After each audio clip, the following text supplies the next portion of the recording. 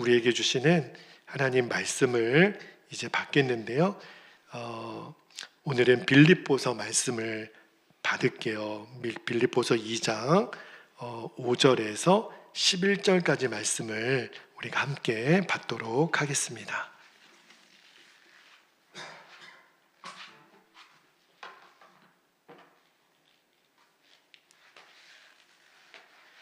5절부터 한 절씩 교독하고요. 마지막 11절은 같이 읽겠습니다. 5절입니다. 너희 안에 이 마음을 품으라.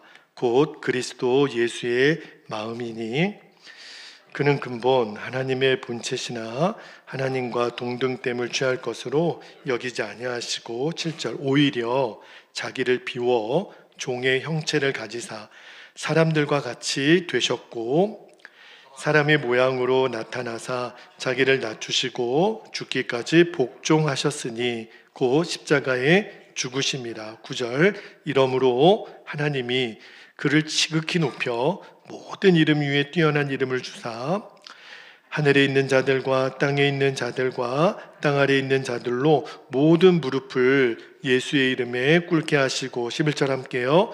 모든 입으로 예수 그리스도를 주라 시인하여 하나님 아버지께 영광을 돌리게 하셨느니라. 아멘. 하나님의 말씀입니다. 자, 오늘은 여기 오늘 본문 말씀 10절 뒷부분에 있는 모든 무릎을 예수의 이름에 꿇게 하시고 오늘 설교 제목이 되겠습니다. 나의 안에 거하라 시리즈 설교의 10번째 말씀을 오늘 나눌 때 오늘 저희들이 그러니까 육신적으로는 여러분이 지금 의자에 앉아 계시잖아요. 그러나 영적으로는 지금 우리가 주님 지성소에 들어와서 주의 보좌 앞에 우리의 무릎을 완전히 꿇는 그런 주님 앞에 무릎을 꿇는 밤이 되기를 축복합니다. 여러분 혹시 그런 그 문구를 들어보신 적이 있으신지요? 늦었다고 생각할 때가 가장 빠른 때이다. 이런 표현이 있어요. 이게 어떤 거냐면 늦게라도 시작하는 것이 아무것도 안 하고 있는 것보다 차라리 더 낫습니다. 예전에 그 감리교는 이제 연회라는 게 있어서 1년에 그 연회에 소속된 목사님들, 장로님들이 다 모여서 이렇게 이제 회의도 하고 결산도 하고 그런 시간이 있는데 굉장히 연로해 보이시는 목사님 한 분이 이제 원로 목사님들이 오신 거예요. 근데 나중에 들어보니까 목사님 연세가 95세신 거예요. 근데 꽤 정정하시더라고요. 그래서 이제 은퇴하시는 95세시니까 은퇴를 70세 하시잖아요. 25살 어린 후배 목사를 축하해 주기 위해서 25년 선배 되신 목사님이 오셔서 이야기를 하시는데 그 목사님 하시는 말씀이 너무 후회가 된다는 거예요. 그래서 뭐가 후회가 되시느냐. 25년 전에 본인이 은퇴할 때가 생각이 나는 거예요. 그때만 해도 이제 목회 더 이상 설교도 못하고 불러주는 데도 없고 내가 이제 곧 주님 앞에 부름받아 갈 건데 그러니까 은퇴와 동시에 아무런 계획 없이 아무런 어떤 목적 없이 그리고 시간이 순간 25년이 지나갔다는 거예요. 그래서 뭐가 후회가 되냐면 25년 전에 내가 25년을 더 이렇게 살 줄 알았다면 뭔가 의미 있는 일을 계획하고 뭔가 하나님이 기뻐하실 일, 나의 발전을 위해서 뭔가 내가 시간과 재정을 투자했을 건데 아무것도 안 하고 이렇게 25년을 허송세월한 것이 너무 후회스럽다는 거예요. 그러면서 그 목사님 하시는 말씀이 그래서 지금 어학학원을 끊었다는 거예요. 95세 때 내가 외국어를 공부하겠다고. 왜냐하면 지금이라도 아무것도 안 하고 내가 또 10년을 맞으면 내가 또 후회하지 않을까. 그래서 그렇게 챌린지를 하셨다고 그렇게 간증을 하시면서 은퇴하시는 목사님, 25년 후배 목사님들에게 여러분 절대 지금 끝난 거 아닙니다. 지금이 새로운 시작입니다. 너무 감동을 받았어요. 아, 그렇구나. 여러분, 저는 이제 50대 중반이니까 여러분의 인생, 또 저의 인생, 앞으로 얼마 더 하나님이 이 땅을 살게 하실지는 모르겠어요. 주님만 아시겠죠. 그러나 더 늦기 전에 저는 여러분이 지금이라도 뭘 배우거나 또는 뭐 취미 생활을 하시거나 뭔가 내가 의미 있는 일에 여러분이 이렇게 투자하는 것을 한번 여러분도 챌린지 해보시기를 권해드리지만, 그러나 오늘 밤에 제가 여러분과 저 스스로에게 이거 하나만큼은 우리가 은퇴를 하건 나의 삶이 지금 나이가 어떻든 지금부터 내 남은 삶 동안 이거 하나만큼은 내가 꼭 해야 될 것 한 가지를 좀 나누기를 원하는데, 그게 뭐냐면 지금부터 내 안에 오신 성령님께 철저히 순종하며 사는 것, 이것이 저와 여러분의 목표가 되었으면 좋겠어요. 그러면 주님이 그런 사람은 절대 후회함이 없다라고 말씀을 하세요. 지금부터 철저히 나는 성령님께 순종하겠습니다. 단언컨대 여러분이 앞으로 10년을 더 사시든 20년을 더 사시든 30년을 더 사시든 그때 가서 내가 성령님께 순종하며 살았던 것에 대해서는 결코 후회가 없을 겁니다. 우리의 이보다 더 놀라운 인생 목표는 없을 거예요. 여러분, 혹시 요즘 예수님과의 관계는 어떠십니까? 이렇게 질문을 받으면 여러분, 내가 지금 예수님과 충만한지 아니면 예수님과 좀 소원한지 예수님과 좀 거리감이 있는지 딱 한 가지 질문만 해보면 알 수 있어요. 그게 뭐냐면 내 안에 계신 예수님께 완전히 순종하시겠습니까? 이 질문에 여러분이 아무 거리낌 없이 아멘 나오면 지금 여러분은 예수님과 너무 친밀한 상태에 계신 거예요. 그런데 예수님께 완전히 순종할 수 있겠습니까? 그러면 뭔가 좀 생각이 되고 뭔가 좀 걸림이 있는 것 같고 내가 아멘이 주저가 된다면 그러면 그 사람은 지금 주님과의 관계에 뭔가 문제가 있는 거예요. 자, 만약에 그런 분들이 혹시 있다면 오늘 말씀에서 그 문제를 해결하는 열쇠를 좀 우리가 갖기를 원하는데, 오늘 우리가 읽었던 빌립보서 2장 5절부터 11절까지는 종의 노래라고 해가지고 굉장히 중요한 본문인데, 오늘 말씀에 보면 굉장히 놀라운 예언이 나와요. 그 중에서 자 10절하고 11절 뒷부분에 있는 10절 11절을 같이 한번 읽어보겠습니다. 시작. 하늘에 있는 자들과 땅에 있는 자들과 땅 아래에 있는 자들로 모든 무릎을 예수의 이름에 꿇게 하시고 모든 입으로 예수 그리스도를 주라 시인하여 하나님 아버지께 영광을 돌리게 하셨느니라. 여기 빌립보서 2장 10절 11절에 바울이 놀라운 예언을 하기를, 여러분 보세요. 앞으로 모든 무릎, 이 세상에 존재하는 모든 사람들의 무릎이 예수님 이름 앞에 꿇어지게 될 거라는 거예요. 그게 성경의 놀라운 예언이고, 모든 입이 예수님은 그리스도십니다, 예수님은 구원자라고 시인하여 하나님께 영광을 돌리게 되는 날이 올 거라고 오늘 말씀하세요. 자, 그렇다면 이때가 예수님이 재림에 오실 때를 우리가 연상할 수도 있겠고 우리가 주님 앞에 서게 되는 날도 연상할 수 있겠는데, 제가 어떤 마음이 들었냐면, 그러면 모든 무릎이 예수님의 이름 앞에 꿇게 될 거라면 제일 지혜로운 사람이 어떤 사람이냐면 지금 꿇는 거예요. 그렇죠? 아니, 어차피 모든 무릎은 예수님 이름 앞에 꿇게 돼 있다면, 성경의 예언이니까, 그러면 미루지 말고 오늘 저와 여러분의 무릎을 예수님께 꿇는 거예요. 자, 근데 우리 안에 그런 질문이 있죠. 목사님, 예수님 이름 앞에 무릎을 꿇는 게 뭡니까? 정확히 여기에 대해서 우리가 감각이 좀 없어요. 자, 여러분 예를 한번 들어볼게요. 여러분 누구 앞에서, 사람 앞에서 무릎 꿇어본 적 있으세요? 저도 몇 번 생각은 나요. 근데 우리가 누군가 앞에서 무릎을 꿇는다라고 하는 느낌은 사실은 썩 좋지는 않습니다. 그러니까 남편이 아내에게 뭔가 대단히 잘못했을 때, 이거는 뭐 빼도 박도 못해요. 그러면 아내에게 무릎 꿇어야죠. 여보 미안해, 내가 용서를 구할 때 무릎을 꿇죠. 참 비참하기도 해요. 비굴하기도 하고. 예를 하나 더 들어볼까요? 전쟁 중에 포로가 되어서 적군의 포로가 되면 무릎 꿇어야 됩니다. 안 그랬다가 죽어요.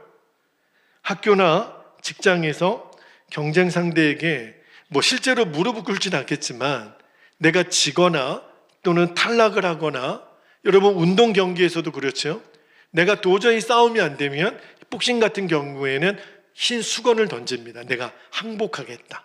더 이상 내가 이 게임을 진행할 수 없겠다. 기권하겠다. 비참하죠. 그게 무릎 꿇는 거잖아요. 그러니까 우리 생각 정서에는 무릎을 꿇는다라는 거는 이렇게 좀 부정적인 의미가 있는데, 그러나 그것만 있는 거는 아니에요. 또 하나 예를 들어보면, 한 남자가 한 여자에게 꽃다발을 들고 무릎을 꿇고 꽃다발을 주면서 꽃다발을 딱 안에 보니까 반지가 있는 거예요. 무릎을 꿇고 저와 결혼해 주시겠습니까? 그러면 우리 생각에 그 남자는 진짜 비참합니까? 그 남자가 아주 멍청이 같습니까? 우리는 저절로 미소가 지어지잖아요. 아이고, 좋을 때네. 그죠? 얼마나 아름다워 보여요. 여러분, 때때로 올림픽이나 이렇게 어떤 운동 경기에서 이제 금메달이 확정되는 순간에 가끔 가다가 크리스찬 운동선수들 중에 그 자리에서 무릎 꿇고 기도하는 장면을 본 적이 있어요. 여러분들 가끔 보시잖아요. 그때 여러분 어때요? 아이고 불쌍해, 아이고 참 안 됐네, 무릎 가지고 꿇고 이럽니까? 이거는 말할 수 없는 감동이 밀려오잖아요. 저 사람이 지금 이 영광을 하나님께 감사를 드리는 사람이구나 하는 게 느껴지잖아요.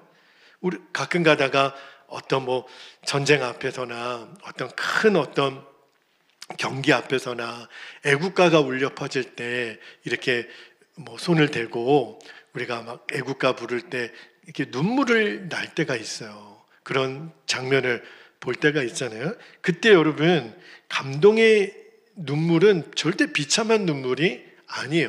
바로 그 느낌입니다. 오늘 모든 무릎이 예수의 이름 앞에 무릎을 꿇게 된다는 것은 비참하거나 비굴하거나 창피하거나 그런 느낌이 아니에요.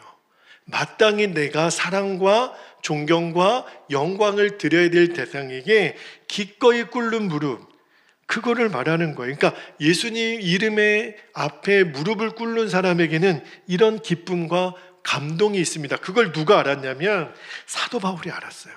이 빌립보서 2장 다음에 3장 7절에서 9절까지 보면 바울이 뭐라고 고백하냐면, 자 7절부터 볼게요.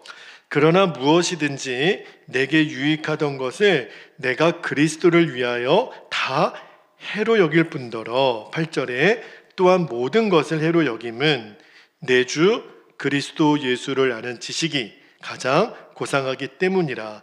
내가 그를 위하여 모든 것을 잃어버리고 배설물로 여김은 그리스도를 얻고, 9절에 그 안에서 발견되려 함이니 내가 가진 의는 율법에서 난 것이 아니요 오직 그리스도를 믿음으로 말미암은 것이니 곧 믿음으로 하나님께로부터 난 의라.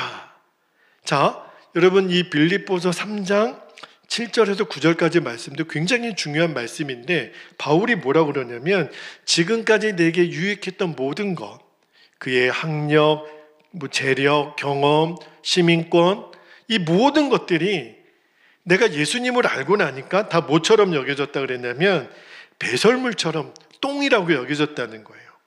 이게 무슨 말이죠? 진짜를 발견했다는 거예요.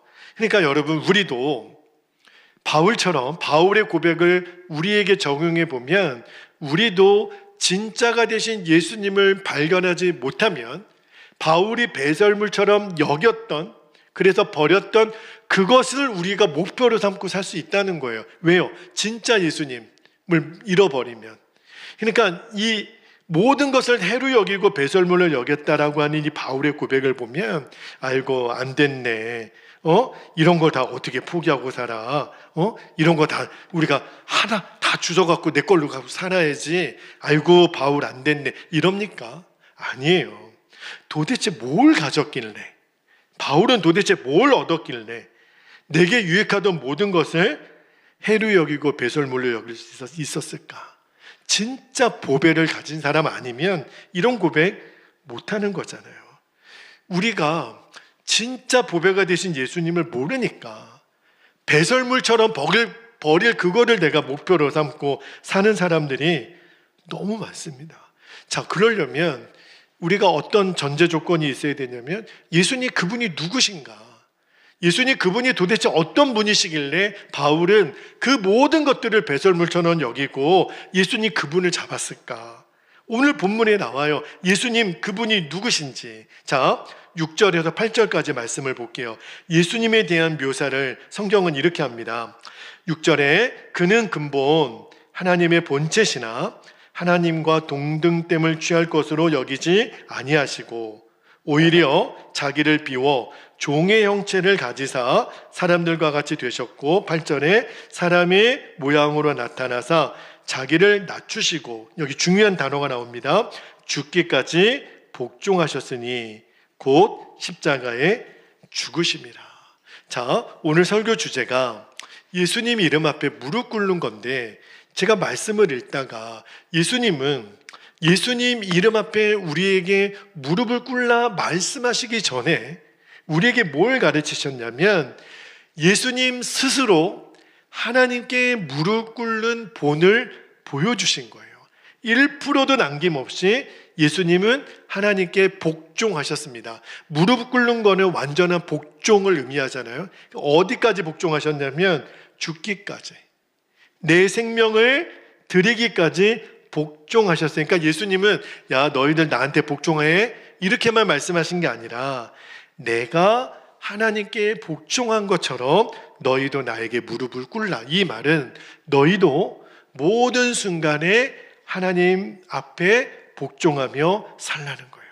하나님께 무릎 꿇으며 살아나는 거예요. 그것이 우리에게 가장 유익한 행복이라는 거예요. 그러니까 이제 우리의 무릎 꿇는 대상은 사람이 아니고 세상이 아니고 오직 하나님 그분이셔야 합니다. 자, 에베소서 1장 19절에서 23절까지 보면 사도 바울이 하나님께 복종하는 삶을 이렇게 묘사를 해요. 한번 말씀이 길지만 한번 들어보세요. 에베소서 1장 19절부터입니다.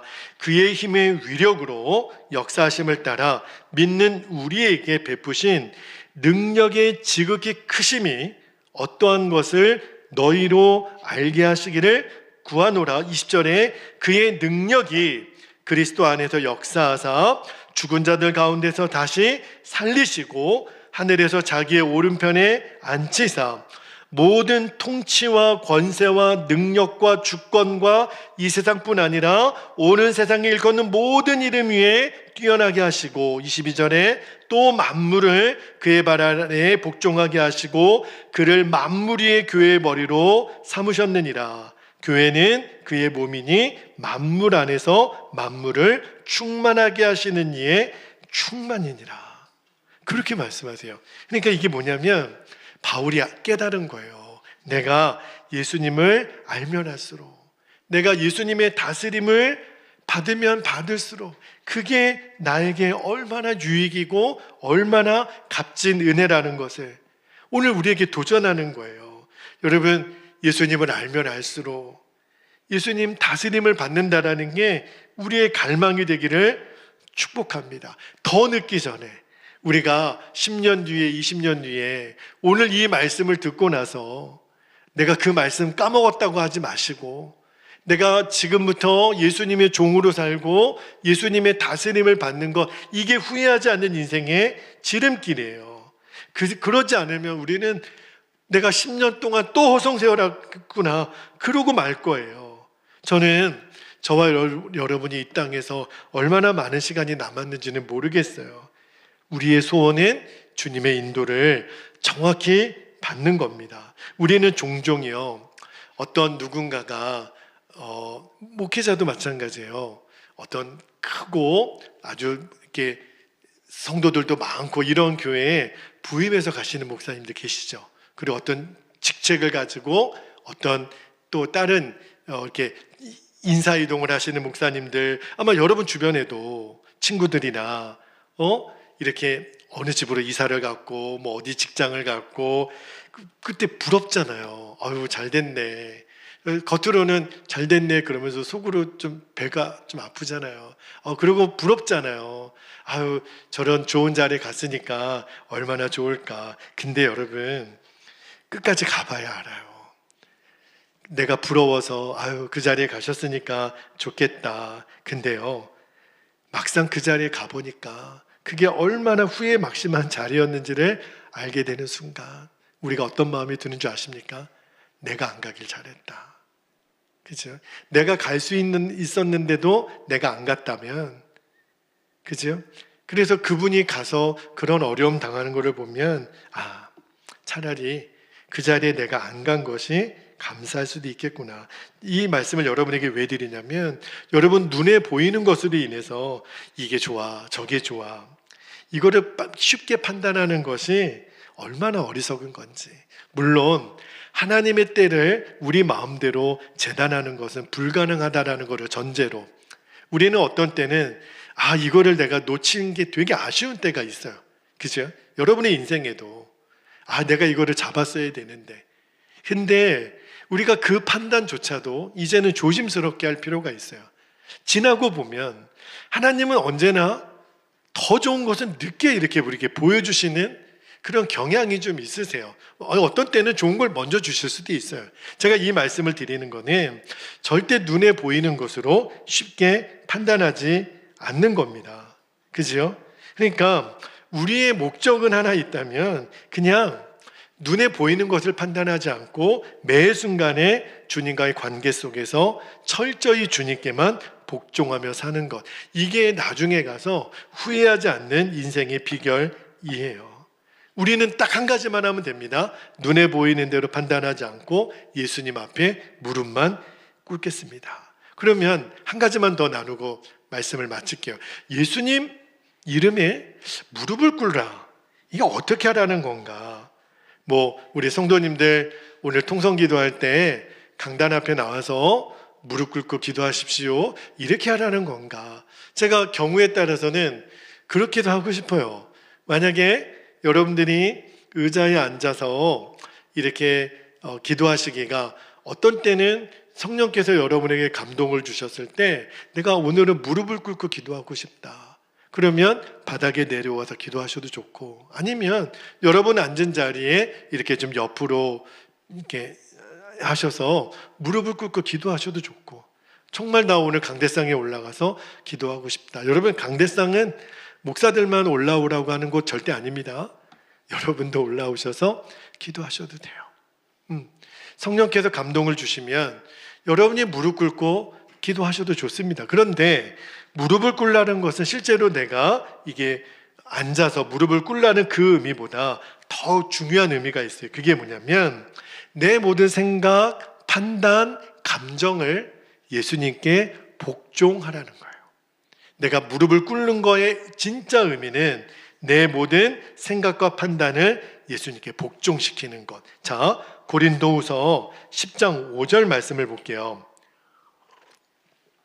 고린도후서 10장 5절에 보면 하나님을 아는 것을 대적하여 높아진 것을 다 무너뜨리고 모든 생각을 사로잡아 그리스도에게 복종하게 하니. 이게 중요해요. 이게 핵심입니다. 예수님께 무릎 꿇는다는 것은 뭘 말하는 거냐면 내 생각에 옳은 대로 사는 것을 주님 앞에 내려놓는 거예요. 이게 예수님께 복종하는 거고 예수님께 무릎을 꿇는 거예요. 자, 이것을 여러분들이 이해하기 좋도록 제가 한 본문으로 간단하게 좀 예를 들어 볼게요. 여러분 요한복음 6장에 보면 예수님이 오병이어의 기적을 일으키는 본문이 나옵니다. 그죠? 여러분, 근데 예수님이 물론 예수님 말씀을 들으러 온 사람들이 배가 몹시 고프신 거를 예수님 아셨어요. 그래서 말씀이 끝나면 이들에게 먹을 것을 줘야 되겠다 하는 생각은 갖고 계셨지만 그 일을 즉흥적으로 하지 않으셨다는 것을 알 수 있습니다. 뭔가 예수님은 오병이어의 기적을 통해서 그 무리들에게 뿐만 아니라 특별히 예수님의 제자들에게 뭔가 가르치기를 원하셨어요. 자, 벳세다 들판에서 5천 명이 되는 사람 무리 앞에서 말씀을 전하시고 예수님의 12제자 중에 빌립에게 예수님 묻습니다. 뭐라고 물으시냐면 요한복음 6장 5절을 한번 볼게요. 예수께서 눈을 들어 큰 무리가 자기에게로 오는 것을 보시고 빌립에게 이르시되 우리가 어디서 떡을 사서 이 사람들을 먹이겠느냐 하시니, 빌립에게 물어요. 야, 이 많은 사람들에게 어디서 떡 사서 먹이냐? 근데 이 질문은 예수님이 빌립에게 뭔가 조언을 구하는 게 아니에요. 예수님이 빌립에게 조언을 구할 게 뭐가 있습니까? 예수님이 시장이 어디 있는지 모르셔서, 맛있는 떡집이 어디 있는지 모르셔서 뭔가 난감하셔서 빌립에게 물으시는 게 아니에요. 예수님은 이미 큰 권능을 행하실 계획을 갖고 계셨거든요. 근데 예수님 왜 빌립에게 그 질문을 하셨냐면 의도가 나와요. 그 이어지는 6절에 뭐라고 말씀하시냐면 이렇게 말씀하시면 친히 어떻게 하실지를 아시고, 빌립의 대답을 이미 아셨어요. 그러나 예수님은 뭘 보기를 원하셨냐면 빌립을 시험하고자 하심이라. 뭔가 빌립을 통해서 말씀하시고자 싶은 게 있는 거죠. 여러분, 이 오병의 기적에 보면 예수님의 12제자 중에 유독, 물론 이때 베드로, 요한, 야고보 다 있었겠죠. 근데 유독 이 빌립하고 또 한 명의 제자가 등장하는데 안드레예요. 근데 빌립은 우리가 이미 결과를 다 알잖아요. 빌립은 굉장히 계산이 빠르고 좀 약간 형편없는 제자고, 안드레는 믿음이 좋은 제자인 것처럼 우리는 여기고 있는데, 그러나 그 성경 안으로 들어가서 보면 당시 상황으로만 보면 사실은 빌립이 오히려 똑똑하고 유능하고 신뢰가 가는 제자고요. 안드레는 뭔가 좀 약간 어리숙하고 무능하고 신뢰가 좀 안 돼요. 여러분, 예수님의 12제자 중에 그래도 좀 똑소리 나는 제자들 3인방이 있었잖아요. 그 중에 하나가 빌립이고, 돈 계산을 맡았던 유다였고, 그 다음에 의심이 많았던 도마. 이분들은 사실은 성경에 굉장히 부정적인 이미지를 미쳐졌지만 세상적으로는 굉장히 똑똑했던 사람일 거예요. 특히 빌립은요, 계산에 굉장히 밝은 제자. 그러니까 예수님이 이거 이 많은 사람들을 어디 가서 떡을 사서 먹이냐 이렇게 물어봤을 때 7절에 빌립이 뭐라고 대답하냐면, 잘 보세요. 7절 말씀 볼게요.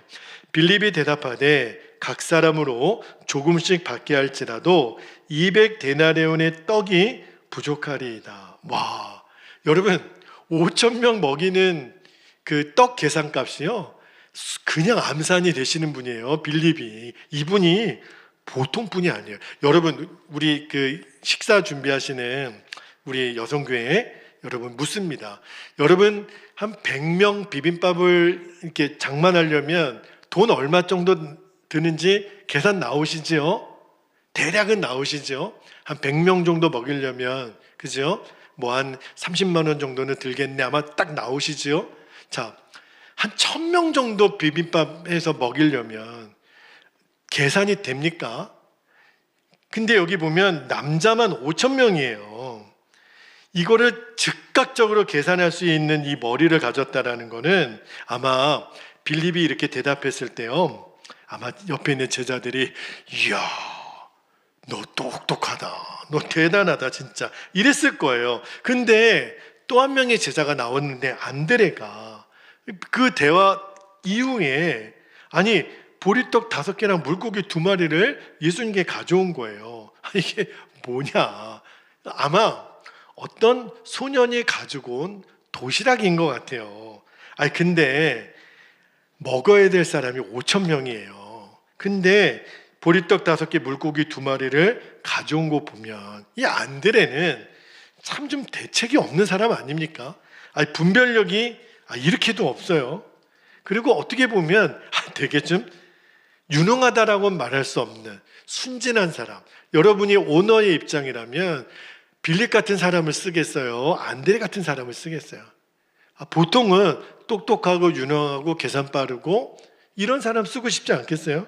아마 빌립 같았으면 10개의 도시락이 있어도 예수님께로 안 가져옵니다. 왜요? 그게 무슨 소용이 있어요? 그 쓸데없는 일인 거잖아요. 자, 그런데 예수님이 이 오병이어의 기적을 행하시기 전에 이 빌립과 안드레 이 두 사람의 일을 통해서 계획하신 게 있다는 거예요. 의도가 있다는 거예요. 그러니까 이제 그 두 명의 제자들의 유형을 보면서 예수님이 하시고자 하는 핵심이 뭐냐면, 앞으로 주님의 일은 인간적으로 똑똑하거나 어떤 능력이 많은 것으로 감당하는 게 아니다. 이거를 예수님 가르쳐 주기를 원하셨던 거예요. 물론 빌립 같은 사람은 얼핏 보면 일꾼처럼 보이죠. 똑똑하잖아요. 근데 여러분, 오히려 이 똑똑하고 재능이 많은 사람들이 나중에요, 실망을 우리에게 가져다 주는 일도 너무 많습니다. 물론 이렇게 빌립처럼 논리적이고 지적이고 이렇게 안드레보다 더 귀하게 쓰임 받는 사람도 있죠. 대표적으로 사도 바울이 그렇죠. 사도 바울이 예수님이 12제자 비교했을 때 엄청난 일을 한 거를 보면, 그런데 대부분은요, 똑똑하고 잘났고 이런 사람들이 뭔가 주님의 일을 한다고는 했지만 결과가 굉장히 실망으로 끝나는 일이 많습니다. 왜 그러냐면 이유가 있는 거예요. 왜 그러냐면 똑똑하니까, 내가 경험도 많으니까, 내가 이렇게 플랜을 짜면은 일이 될 거라고 생각하니까 결정적으로 뭐가 문제냐면 주님의 마음을 읽지를 못하는 거예요. 예수님이 지금 왜 나에게 이 질문을 하셨지? 빌립은 진짜 순간적으로 이 5천 명을 먹으려면 200데나리온은 있어야 됩니다. 근데 빌립은 뭘 놓쳤냐면, 예수님이 이 질문을 나에게 왜 하시지? 주님이 원하시는 거는 뭐지? 여기에 관심이 없어요. 그냥 일은 돼야 돼. 빨리 이 일이 마무리가 되어야 되는 것은 빨리 머리가 돌아갔을지 모르겠지만, 지금 빌립에게는 왜 이렇게 주님 질문하시지? 주님의 마음을 읽지는 못해요. 그냥 내 생각이 강한 거죠. 그러니까 주님을 의지하지 않는 거예요. 그래서 결국은 주님이 하시는 일에 걸림이 됩니다. 근데 안드레는요, 솔직히 보면 인간적으로는 신뢰가 잘 안 가요. 그런데 안드레에게는요, 똑똑한 사람들에게 없는 뭔가 기질이 하나 있어요. 계산을 잘 못해요.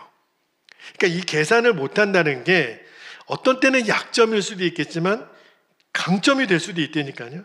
어떤 때는 우리가 상황 파악이 그렇게 안 되냐고 핀잔 들을 수도 있어요. 그런데 안드레는 어떤 마음의 중심이 있었냐면, 계산도 잘 못해요. 몇백 데나리온이 필요한지도 안드레는 잘 몰라요. 그런데 안드레는 하나는 알았어요. 예수님이 지금 이 무리를 먹이시려고 하나 보다. 이 마음은 알았어요.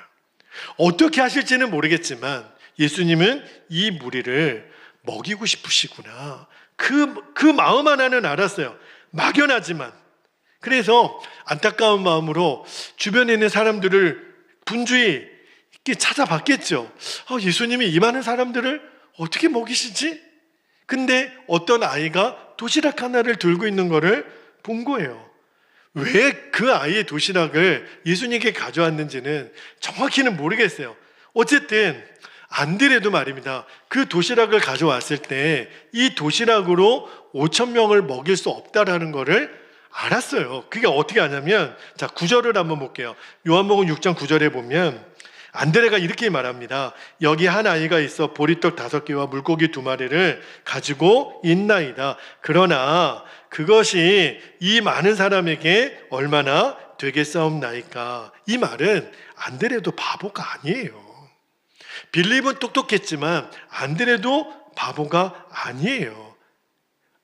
이걸로 5천 명 먹이는 거는 안 되겠지요. 그러나 안드레의 마음에는 뭐가 있었냐면, 예수님이 이 무리를 먹이시려고 하는 마음은 이루어지기를 원합니다. 주님, 이 도시락 하나가 아무것도 아니겠지만, 그러나 주님이 지금 행하시려고 하는 그 계획은 이루어졌으면 좋겠습니다. 그리고 이제 이 오병이어를 갖고 온 거잖아요. 그걸로 다 먹일 수 없다라는 거 알았죠. 그러나 내가 할 수 있는 일이라면 그냥 주님의 마음을 붙드는 거, 주님은 뭔가 하실 수 있지 않을까? 그 기대만을 갖고 나온 거예요. 주님이 안드레의 그 마음을 귀하게 보신 겁니다. 안드레에게는 계산과 논리가 없죠. 그에게는 뭐만 있었냐면 그냥 안타까움과 충성스러움만 있어요. 제가 올 한 해를 마무리하면서 저도 그래요. 그냥 지금 빈들에서 그냥 물고기 2마리, 보리떡 5개만 들고 있는 그 심정일 때가 있어요. 뭔가 기대했던 대로 이렇게 열매가 맺어지지 않고 답답하고 좀 정말 5천 명을 먹일 수 있는 그러한 열매나 사건이 일어나면 좋겠는데, 근데 주님이 오늘 말씀을 준비하면서 그런 마음을 주시더라고요. 나는 너에게 똑똑함이나 논리를 구하는 게 아니잖아. 나는 너에게 그냥 안타까움. 너 베델교회가 빨리 부흥이 되지 않은 것 때문에 답답하니? 너 그럼 그 안타까움만 나에게 구하면 돼. 그러나 너에게 내가 또 하나 원하는 게 안드레의 충성을 원한다. 그냥 내가 이 교회를 부흥시켜야 된다라는 것을 너의 고민으로 삼지 말고 주님이 이 5천 명을 먹이시려고 하는 그 마음을 너만 품으면 되잖아. 그죠, 여러분? 지금 내 눈앞에 뭔가 보이지 않아도 주님이 원하시는 일일 거 아니에요. 우리가 복음이 전해지고 교회가 부흥되고 이 익산 땅에 하나님의 나라가 임하는 거는 주님이 원하시는 일일 테니까. 그러니까 저에게 원하는 거는 빌립의 계산력이 아니라 안드레의 충성이라는 마음을 주세요. 그러니까 안드레를 가만히 읽어보면 그냥 뭐 상황이 별로 눌리지 않아요. 내가 도시락 하나 들고 왔던 것 때문에 내가 이렇게 무능하다라고 좌절하지도 않아요. 그냥 주님은 하시겠지. 주님은 뭔가 역사하시겠지.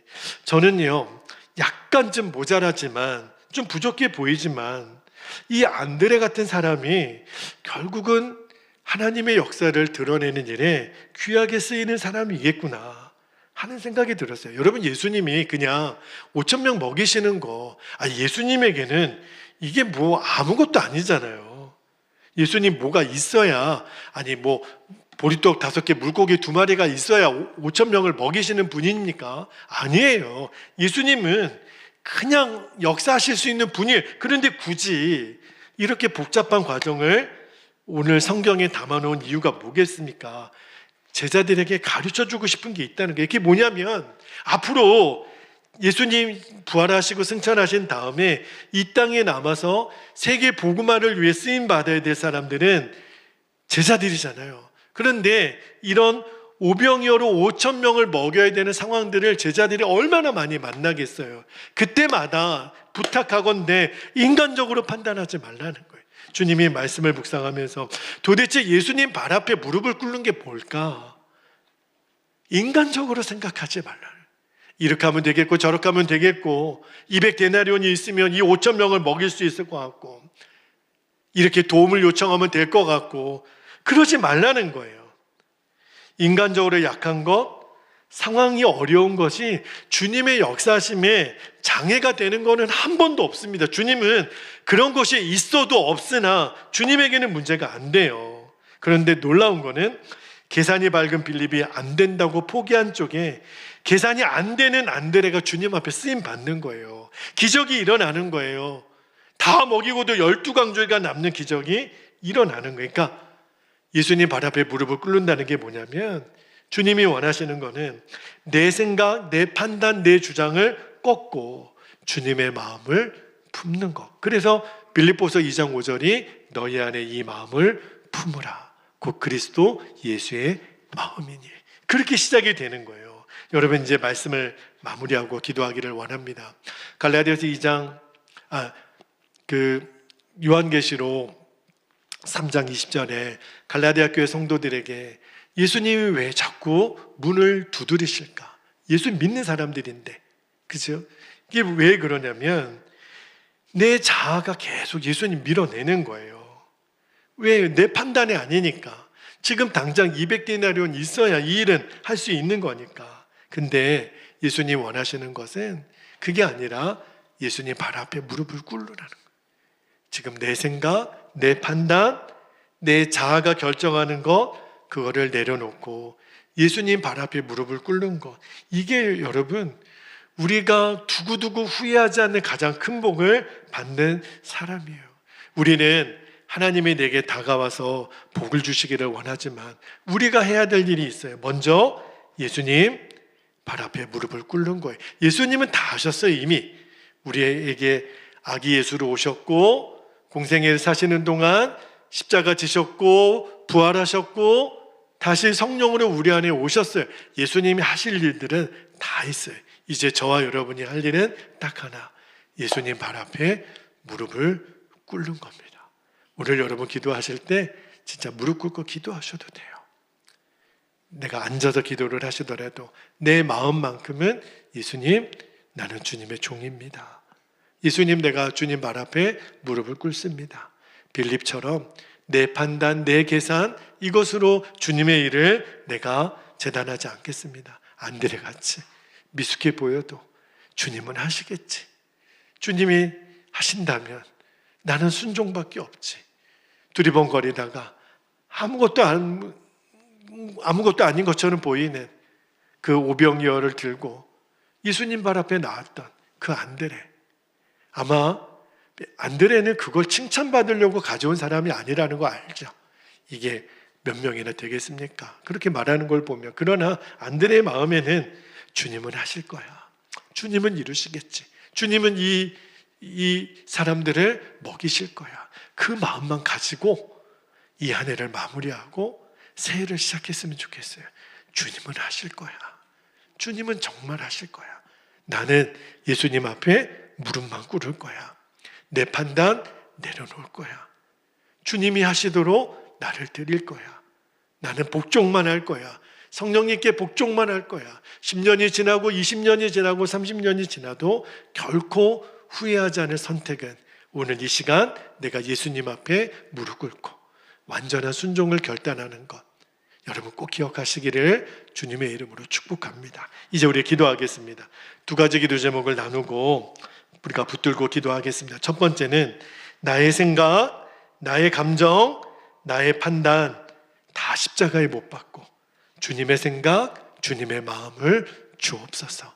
내 안에 예수의 마음을 품게 하소서. 두 번째는 주님 앞에 무릎을 꿇으면 주님은 말씀하시고 인도하실 줄 믿습니다. 주님만 믿습니다. 주님께 맡깁니다. 이 시간 우리가 주님의 이름을 간절히 부르고 붙든 기도 제목을 가지고 주님 앞에 마음의 무릎을 꿇고 나아가겠습니다. 기도하겠습니다. 주여